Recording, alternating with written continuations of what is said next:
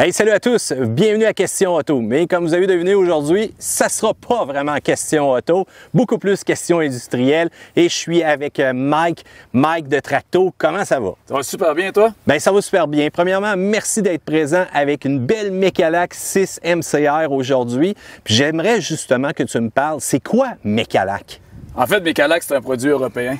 Ça fait 55 ans que ça existe. Maintenant qu'on le distribue ici, nous autres, chez Tracto. C'est un sol nord-américain depuis 5 ans. Ça prend de plus en plus de place dans le domaine. C'est des machines qui sont super performantes, qui sont super versatiles.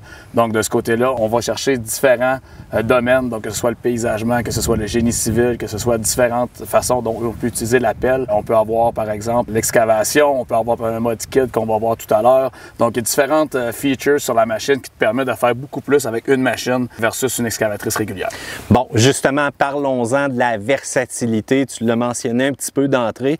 Moi, je regardais ça puis je me suis dit, bon, ça a l'air d'une excavatrice standard, mais déjà, juste la conception du bras, on est ailleurs. Oui, exactement. En fait, normalement, une excavatrice régulière, tu vas avoir deux bras, un mât qui va être vers là-bas et un mât qui va revenir comme ça avec ton bucket par là-bas. Tandis que nous, c'est un 3 mois dans le fond, ce qui nous permet justement d'être beaucoup plus proche de la machine, de pouvoir travailler beaucoup plus rétracté et dans des endroits beaucoup plus restreints.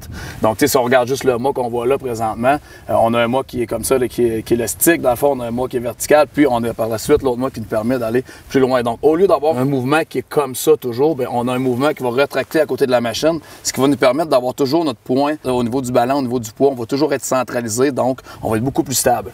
Ça, la stabilité, c'est important, puis c'est aussi synonyme de sécurité lorsqu'on travaille avec une machine comme ça. Mike, une 6 MCR, c'est quelle force de moteur? 75 HP, c'est la machine de citone la plus puissante.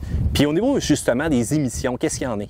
Faible émission, catalyseur, pas de durée et pas de système de DPF. On parle d'une machine qui est capable de faire du levage aussi. Oui, absolument. Si on remarque, sur chaque cylindre, on a un lock valve qui nous permet justement de pouvoir faire de la manutention. Donc, on met des fourches dessus. Au niveau des fourches, on peut lever jusqu'à 5000 livres sur une palette ou des roches ou peu importe ce qu'on veut bouger. Donc, on peut également se déplacer. Puis avec la vitesse de déplacement qui est de 10 km/h, à ce moment-là, c'est pas difficile de se déplacer et d'aller porter quelque chose au fond de la cour. À 10 km/h, ça se fait quand même très bien. Ben oui, puis parlons-en. Là, présentement, on a des chenilles de caoutchouc. Ces chenilles-là, c'est quand même assez facile de rouler vite. On l'a vu sur une surface comme ici aujourd'hui, oui. Quand c'est le temps de se déplacer, quand c'est le temps aussi de se replacer pour être en meilleure position pour faire un travail. Oui, exactement. En fait, la façon dont nos chenilles sont faites, c'est un petit peu le même principe qu'une Bobcat. Donc, on va être capable de se déplacer beaucoup plus rapidement. Donc, lorsque tu as beaucoup de déplacements à faire sur un chantier, ça te permet justement d'être versatile puis de pouvoir le faire sans avoir besoin d'amener, par exemple, justement, un skid steer sur place. La machine fait les deux. Donc, tu peux faire l'excavation avec, tu peux faire de la manutention donc avec tes fourches et par la suite avec la vitesse de déplacement, tu peux l'utiliser comme étant un skid steer. Donc, tu arrives sur un chantier avec une machine au lieu d'en avoir deux. Moins de maintenance, moins de transport, moins de frais d'enregistrement, moins d'opérateurs à opérer les machines. C'est ce qu'on sait que c'est ce qui coûte un petit peu plus cher sur les chantiers, c'est la main-d'œuvre. Donc, si on réussit à réduire ça, on réduit les coûts, donc on rentabilise la machine. Ben oui, on rentabilise plus rapidement, puis on s'entend, le prix des machines aujourd'hui ne fait qu'augmenter, et ce, peu importe la marque. Donc, je pense que c'est important de faire une dépense encore plus intelligente. Tu parles de mode skid steer. Moi-même, qui n'ai pas un professionnel zéro de ces machines industrielles-là, j'ai pris place à bord, j'ai embarqué ce mode-là, puis le contrôle avec le joystick, la précision, la rapidité de la machine aussi, la réactivité, tout ça, écoute, même moi qui est extrêmement novice, était capable de la manipuler. Fait que ça, c'est impressionnant. Oui, absolument. En fait, c'est vraiment une machine, premièrement, il faut que tu t'adaptes avec, mais effectivement, tu as deux modes. Donc, tu as un mode excavation et tu as le mode skid steer qui va te permettre de te déplacer justement avec le bras comme un Bobcat ou peu importe le sort de skid steer que vous utilisez. Et sinon, bien, on peut toujours quand même utiliser le bucket skid qui est 82 pouces de large sur une 6 tonnes comme celle-ci, oui, mais en étant en mode excavation. Donc, à ce moment-là, ça nous permet de faire encore plus où on est capable d'aller chercher les angles dans le mât, où on est capable d'étirer le boom au complet. Donc, tu sais, 90% des opérateurs vont utiliser en mode excavation le skid steer. On a vu la précision qu'on était capable de faire avec la machine pour aller chercher un rocher très lentement, vraiment à distance aussi pour pas accrocher notre bonne vieille structure qu'on avait. On a vu justement le fameux travail justement que tu parlais avec l'appui qu'on va chercher en avant de la machine avec le fameux bucket qui est extrêmement large. On est capable de niveler et ça, encore une fois, une bonne vitesse. Je redis encore une fois le mot versatile, mais cette machine-là est capable d'en faire énormément. Ben, honnêtement, c'est la machine qui va vous permettre de tout faire avec une seule machine. Peu importe le job que tu as à faire, peu importe le matériel que tu as à bouger aussi, parce que tantôt, on a fait justement un petit travail dans un terrain. On pensait que c'était justement du matériel qui allait être quand même assez facile à déplacer. Surprise! Finalement, surprise, on se ramasse qu'on a beaucoup de roches à déplacer, des grosses, des petites. Mais heureusement, avec la versatilité de la machine, on était capable de soit changer de bucket, on est capable de travailler de différentes façons pour être capable de continuer à travailler le terrain, de bien le faire. Et par la suite, comme tu mentionnes, au niveau de la finition, c'est une des avantages qu'on a avec la machine, c'est que lorsque tu fais ton nivelage, tu n'as pas besoin de toujours rester sur place puis d'aller niveler avec ton bucket comme ça, étant donné la rapidité. On met simplement le bucket à terre, pareil comme un skidster, et on recule à 10 km/h. Ça se fait super vite. Tu as 82 pouces de large, donc tu vas beaucoup plus vite, puis tout est flat. Puis en plus de ça, par la suite, on enlève un petit peu au niveau des compacteurs. Oui. En mettant de la pression sur le bucket, on est capable déjà de compacter un petit peu le sol. Super intéressant. Parle-moi maintenant de l'entretien. Lorsqu'on a fait l'ouverture du panneau en arrière, premièrement, j'ai été surpris. J'étais à la bonne hauteur. Tous les filtres et tout, c'est vraiment accessible rapidement et facilement. Donc, l'entretien est quand même facile. Entretien super facile au niveau juste de mettre du diesel dans la machine. Tu as les deux pieds à terre. Tu n'es pas tout croche sur les roues.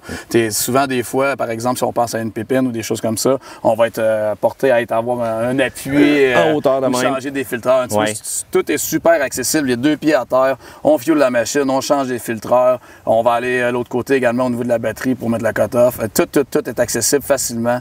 Les pieds à terre avec portée de bras, ça, il n'y a aucun problème de ce côté-là. Au niveau de la maintenance, c'est pas plus compliqué qu'une autre machine régulière, qu'une excavatrice. On fait la maintenance, les huiles hydrauliques, les filtres à air, ça sensiblement la même chose au niveau des coûts. Les coûts de maintenance, on va peut-être avoir un petit peu plus au niveau des filtres. Oui. Mais sinon, c'est vraiment pas la fin du monde. Au niveau du graissage également, on a environ une trentaine de points de graissage sur cette machine-là. On a trois façons, dans le fond, où on peut graisser. On peut graisser manuellement toutes les positions. Sinon, on a un graissage centralisé. Oui. Donc, on peut avoir soit manuel ou soit automatique.